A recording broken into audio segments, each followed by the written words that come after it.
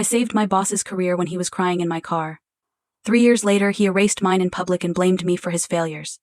Jeremy was in the passenger seat, shoulders shaking so hard the seatbelt kept clicking. He kept wiping his face like he couldn't believe tears were coming out of him. He was wearing a suit that still had the tags crease in the sleeves. New. Bought for the job he was about to lose. I've got kids, Lori, he said again. His voice cracked on the word kids. They're little. Like little. I've got a mortgage. I've got alimony. I've got this stupid HOA that's already threatening liens because my ex forgot to pay something and I'm the one they chase. If I lose this job, I'm done. I'm actually done. He pressed his palms into his eyes like he could shove the panic back into his skull. I stared out through the windshield at the office building. Most of the lights were off.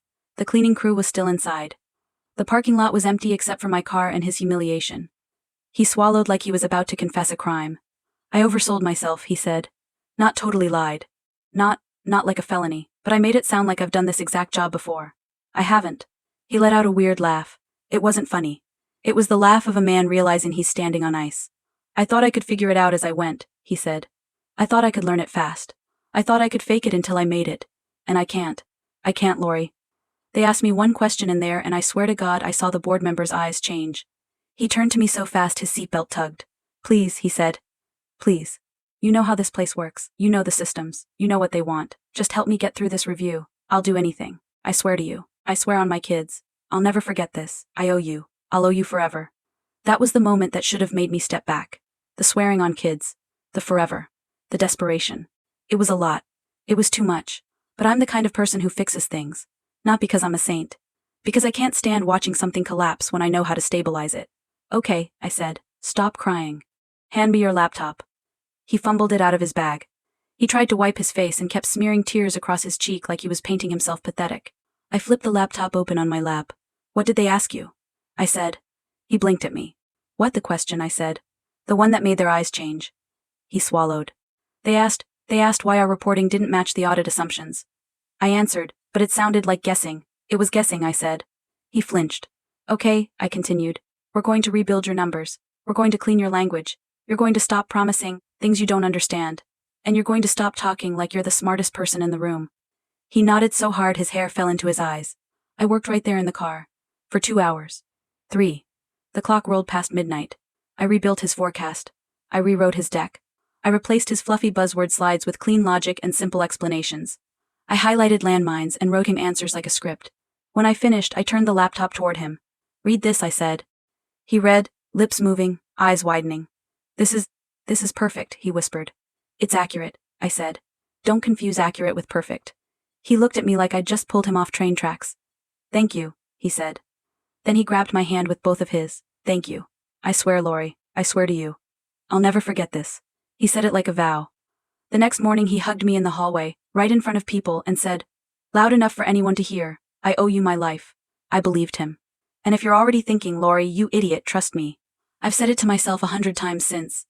Because 3 years later, Jeremy erased my job in public and told everyone it was strategy. And the part that still makes me sick is that he blamed me for his failures after he did it. Like I was the problem all along. Like he hadn't built his whole shiny little career standing on my back. If you've ever been betrayed by someone you helped, someone you covered for, someone who owed you more than they could ever repay, stay with me. Like this video, subscribe, and share it with somebody who needs the reminder that loyalty without boundaries is just unpaid labor. Because what happened next didn't happen in one dramatic night. It happened in layers, little slaps, little humiliations, and then one big public execution. And when I finally snapped, it wasn't pretty. Jeremy didn't start out cruel. He started out needy. For the first few months after that night, he was grateful in this performative way. He'd swing by my desk and ask questions he should have known the answer to if he was who he pretended to be. Hey Lori, he'd say, smiling too wide. Quick one. The vendor authorization chain. That's still you, right? Yes, I'd say, because it was. Okay, he'd say, like he'd just learned fire exists. And the compliance calendar. That's centralized? Yes, right, he'd say, and then he'd lower his voice. I'm sorry. I know you know all this. I'm making sure I'm aligned. Aligned? That was his favorite word. If he didn't understand something, he'd call it alignment. Like language could fill gaps in competence. In meetings, he started introducing me as the real brains behind the operation. People laughed. I smiled. I didn't correct him. I didn't need credit. I needed the company to keep functioning. And I thought, okay, he's grateful. He gets it. That was the first lie I told myself. Because gratitude didn't last. It never does with men like Jeremy. Gratitude turns into comfort. Comfort turns into entitlement. And entitlement turns into contempt the second you remind them they owe you. The shift was so subtle at first I didn't catch it. He stopped saying thank you. Then he stopped copying me on emails. Then I'd hear things. Little phrases. Jeremy said ops is slow. Jeremy thinks you're resistant to change. Jeremy wants to modernize. He says you're kind of attached to the old ways. The old ways. Like paying people on time is a vintage hobby. I shrugged it off for longer than I should have, because I still saw him as the guy in my car. The guy crying about his kids. The guy begging. The guy promising forever. That closeness did exactly what betrayal always needs. It made me give him excuses. Then came the first real slap. I walked past a glass conference room one afternoon and heard my name. I wasn't trying to eavesdrop. Jeremy was just loud. He loved his own voice. She's a bottleneck, Jeremy said, like he was discussing a broken printer. Honestly, Lori slows everything down. Someone chuckled. Another voice said, she seems intense. Jeremy snorted. Intense is polite. She's territorial. She acts like she owns the place. He paused, then added, it's like a chihuahua guarding a couch. The room laughed. Not a huge laugh. That polite, mean laugh people do when they want to stay on the powerful person's good side. I stood there with my coffee in my hand, staring at the glass like it had turned into a wall between two realities. This man. The one who swore on his kids he'd never forget what I did. This man was making me into a joke. I kept walking because I had pride and also because I was shocked. But inside I felt something shift. Something that wasn't anger yet. It was the first crack of it. That evening I told myself, maybe he was just trying to bond with colleagues. Maybe it was stupid humor. Maybe I was being sensitive. You know what's funny? When people say women are emotional. Meanwhile, I spent months emotionally protecting a grown man's ego so the company wouldn't suffer. That's not emotion. That's unpaid crisis management. The next slap came a week later. Jeremy took credit for a fix I had done. There was a vendor issue. A big one. The kind that can freeze operations if you handle it wrong. I spent a day on calls, smoothing it, negotiating terms, documenting it, making sure it didn't trigger compliance issues. I sent Jeremy a summary so he'd be able to speak to it if anyone asked. The next morning, in the leadership stand-up, he said, I got that vendor situation handled. Handled. He didn't say we. He didn't say Lori handled it. He didn't even say the team. He said I, and people nodded like he'd moved mountains. I stared at my screen with my mic muted and felt that crack widen. After the call, I messaged him. Hey, quick note, please don't say you handled something I handled. It confuses accountability. That was me being polite. That was me giving him an exit ramp. He replied 2 minutes later. You're taking it personally. It's just language. Don't make it weird. Don't make it weird. That phrase is a weapon. It's what people say when they want you to shut up and accept disrespect quietly. I stared at my phone. Then I typed back. It's not weird to want accurate credit. He didn't reply. He started treating me differently after that. Like I'd revealed something ugly about myself by asking for basic respect. Microhook, small slap. The story of my life with Jeremy. Then the gossip got nastier. It didn't stay in the territorial lane. It turned into character assassination. A friend in finance, Mara, pulled me aside one day in the kitchen. Just, be careful, she said quietly. I laughed, because that's what people do when they don't want to hear bad news. Why? I said. Mara looked around like she was about to commit a crime. He's been saying things, she said. Like not professional things. What things? I asked, trying to keep my voice casual. Mara hesitated. He says you've got mom energy. That you nag leadership. That you're the reason innovation dies. I blinked. Innovation dies? She nodded. He told someone you're the kind of woman who mistakes competence for control. I felt my face heat. He said that? Mara nodded again. He also said you don't know your place. That phrase landed like a punch. Know your place. It's what people say when they want you small.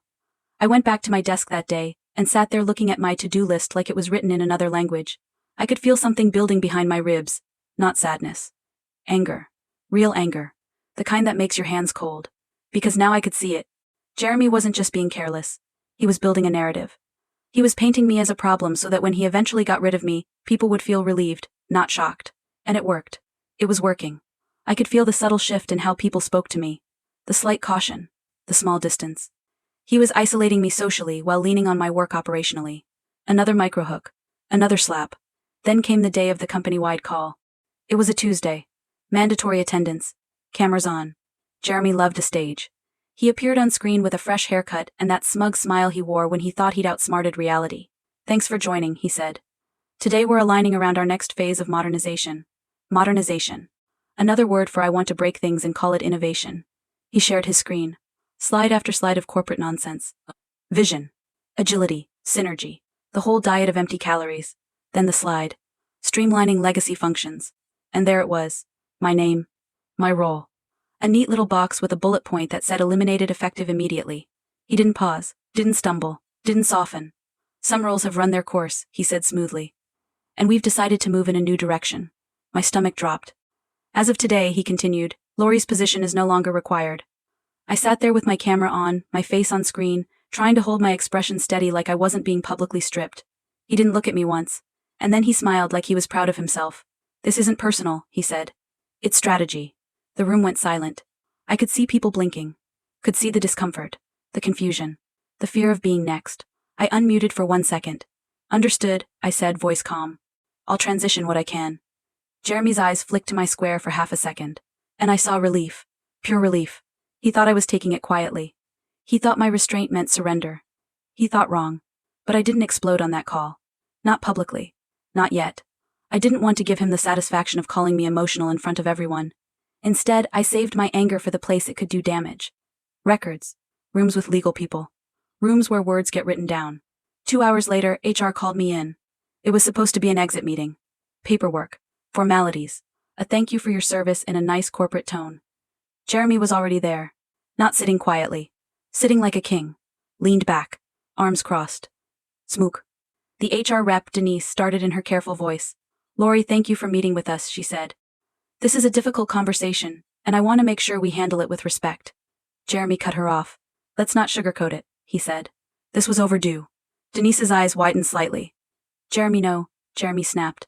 She needs to hear it. Lori has been holding this company hostage with her need for control. I stared at him. Hostage? We can't scale, he continued, voice rising, with someone who thinks she's indispensable. Denise tried again. Jeremy, I'd like to keep this professional. Jeremy scoffed. Professional? She's the one who makes everything personal. Every time someone tries to improve something, she drags it out with risk and compliance like those words are spells. He turned to me and smiled, cold. You should be grateful, he said. Most people don't get this much notice. I laughed. I couldn't help it. It was disbelief. It was rage bubbling up through my throat. You fired me on a Zoom call, I said quietly. Jeremy slammed his palm on the table. Stop playing the victim, he barked. This is exactly why this needed to happen. You always do this. You twist things. You manipulate the room. Manipulate. He was calling me manipulative. Denise's voice sharpened. Jeremy, that's enough. Jeremy stood up so fast his chair scraped. I'm sick of cleaning up after her, he shouted. Sick of her attitude. Sick of her resistance. This company doesn't need her. Then he did something so childish and so violent it made my whole body go still. He grabbed his laptop off the table, lifted it, and smashed it down onto the edge of the desk. Crack. The screen spiderwebbed. Denise actually jumped.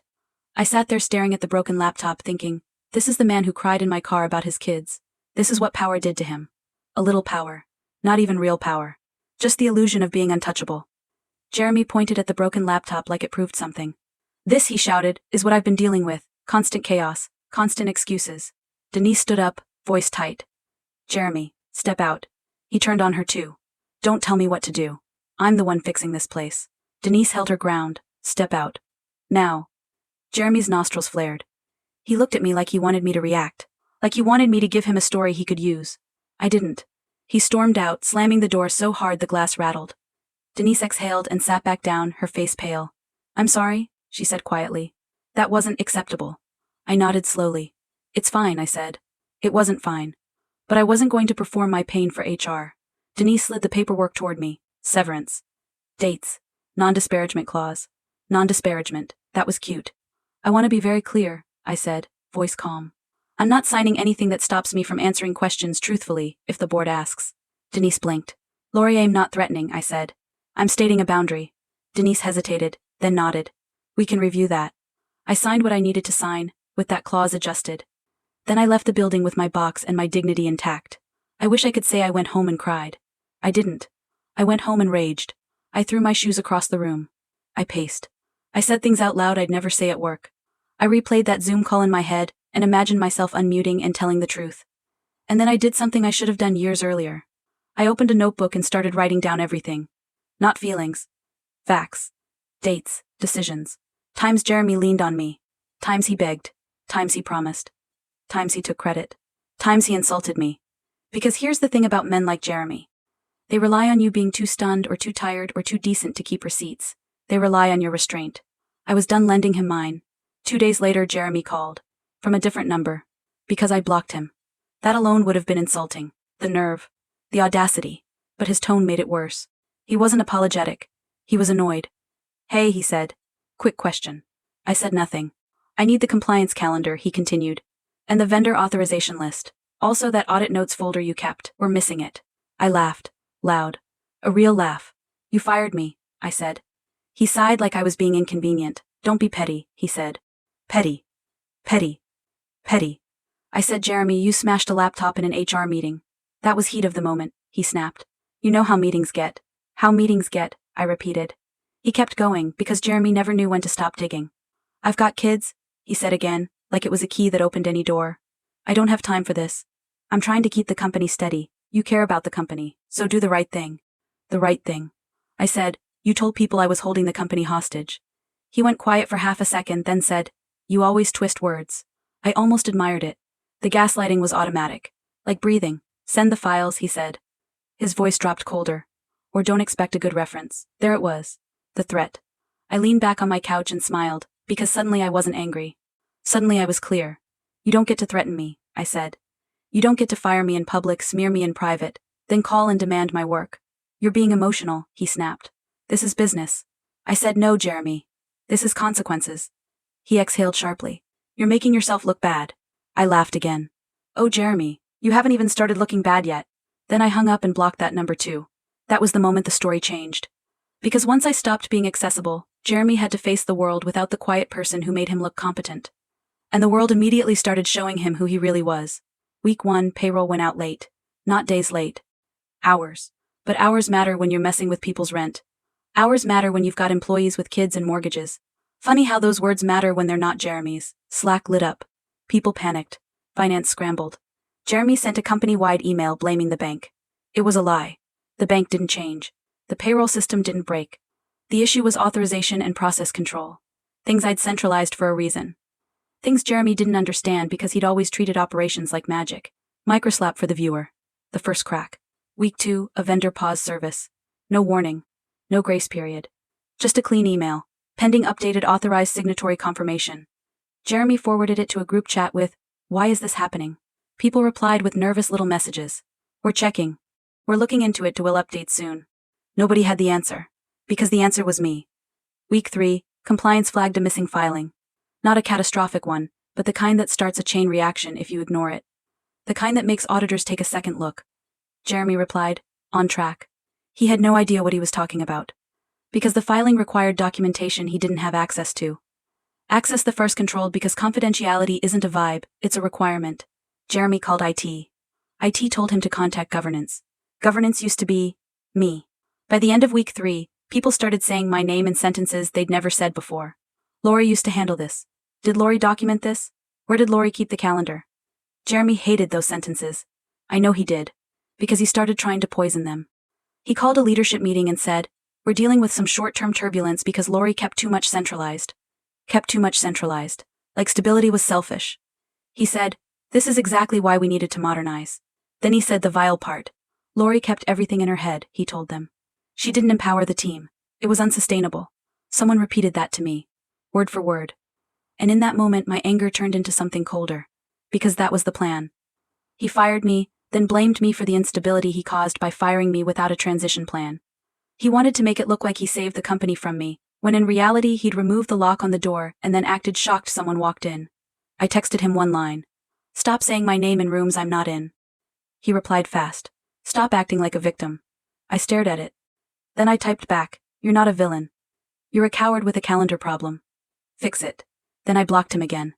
Yes, again. Because Jeremy didn't deserve access to my nervous system. Then came the voicemail.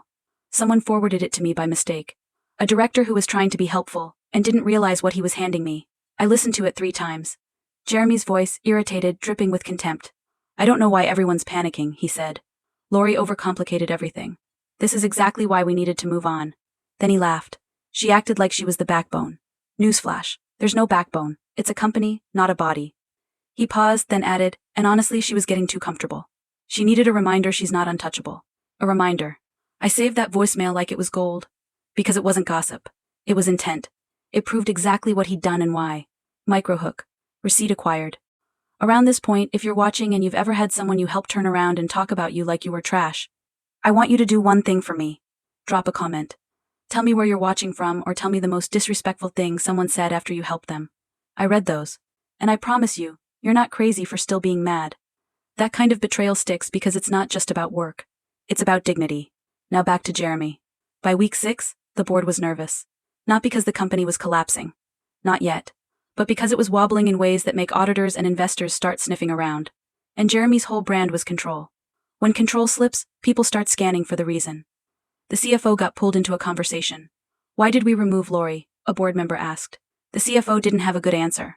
Because the real answer was Jeremy wanted to, and you can't put man tantrum in a board memo. So they scheduled a review. They called it a context meeting. They invited me. Not to complain, to clarify. I agreed. Because there are 2 types of revenge. Loud revenge that feels good and gets you labeled unstable. And quiet revenge that feels like paperwork and ends careers. I chose paperwork. Before the meeting, Denise from HR called me. I just want you to know, she said carefully, Jeremy's been difficult. I laughed softly. Yeah, I noticed. Denise hesitated. He's been saying you refused to transition documentation. I paused. Did he say that in writing? Denise didn't answer. I smiled. Denise, I transitioned what I could. I said that on the call. You were there when he smashed his laptop and screamed that I was holding the company hostage. So if he's now saying I refused to transition, that's interesting. Denise exhaled. The board will ask you questions. Just answer honestly. Oh, I will, I said. The day of the meeting, I walked into the boardroom looking like myself. Not dressed to intimidate. Not dressed to perform. Just competent. Clean. They offered me water. I declined. My mouth was too dry for pretending. They asked me to explain my role, so I did. In plain English. No deep technical rabbit holes. Just the truth. I explained what I owned and why. I explained centralization and risk. I explained authorization chains and compliance calendars and vendor governance. I explained it in a way that made it obvious. This wasn't Lori being controlling. This was Lori preventing disasters. Then I said the sentence that made the room go still. My work was designed to prevent single points of failure, I said. Which is why it's interesting that my position was eliminated without a transition plan. A board member blinked. Was there a transition plan? She asked. I smiled politely. There wasn't one provided to me, I said. Then the CFO asked, when did the compliance delays begin? I didn't even look at my notes. The week after I was removed, I said. Silence. Then another board member asked, were you ever placed on a performance plan? I shook my head. No, I said.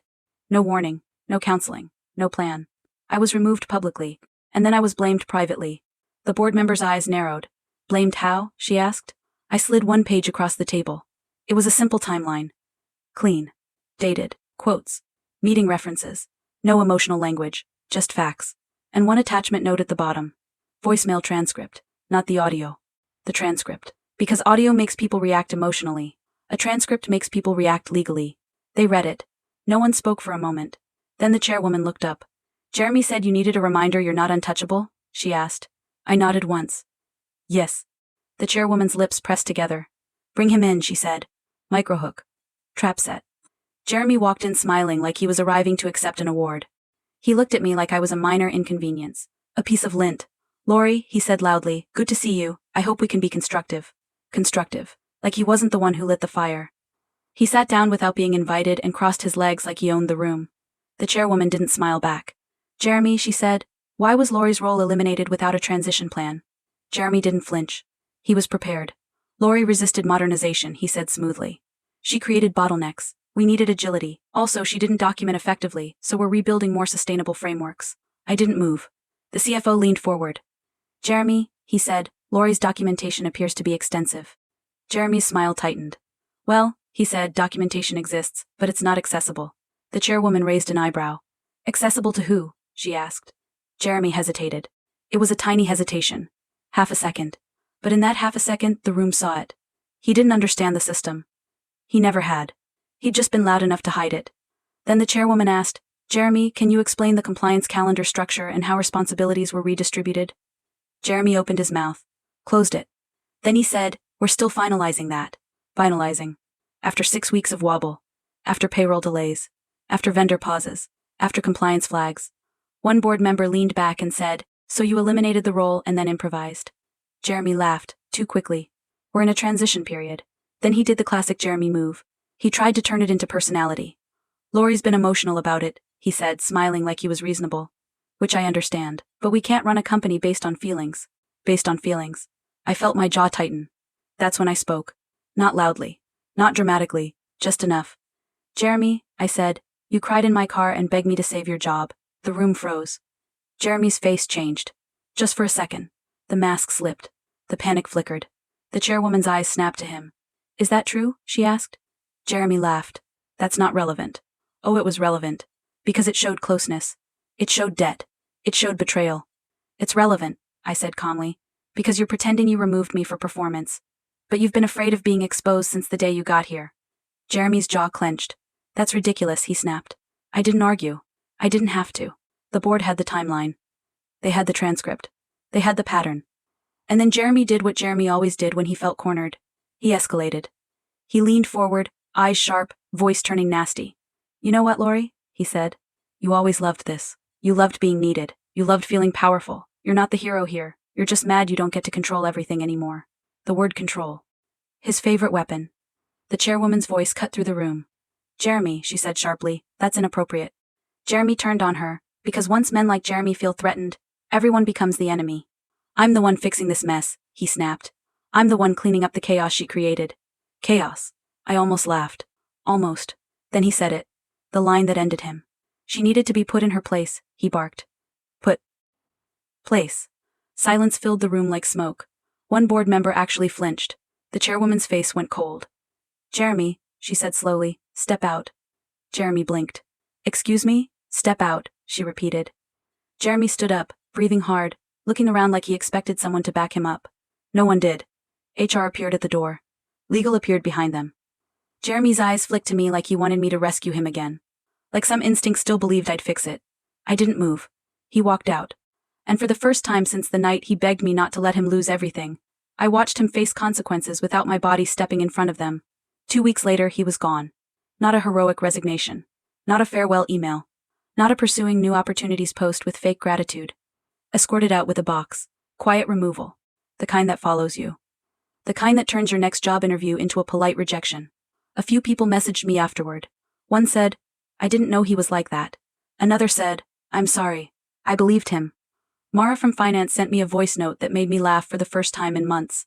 Girl, she said, watching Jeremy get walked out was the best morale boost we've had all year. Then the company asked me to come back. They offered me my old role. I said no.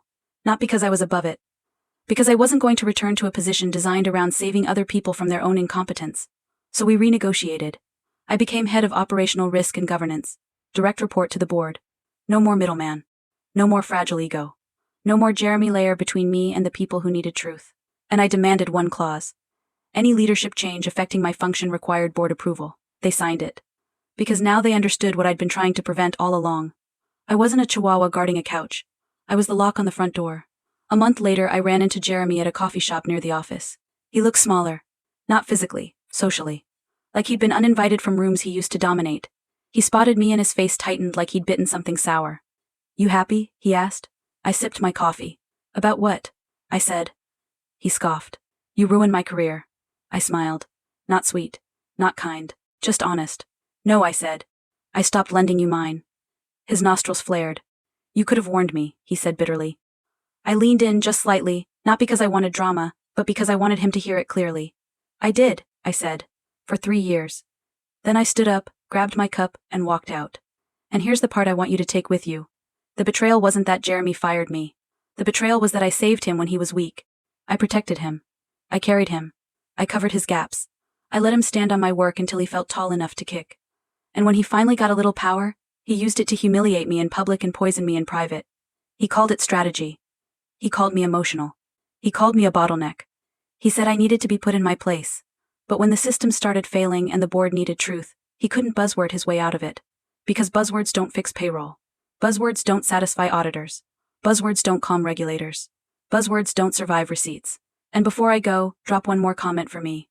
If you've ever had someone you helped turn around and treat you like you were disposable, tell me what they did. Or tell me where you're watching from. I want people listening to this to realize they're not alone, and they're not crazy for still being mad. My name is Lori, and this is what happened when I was pushed beyond restraint. Please like, share, and subscribe if you enjoyed this story.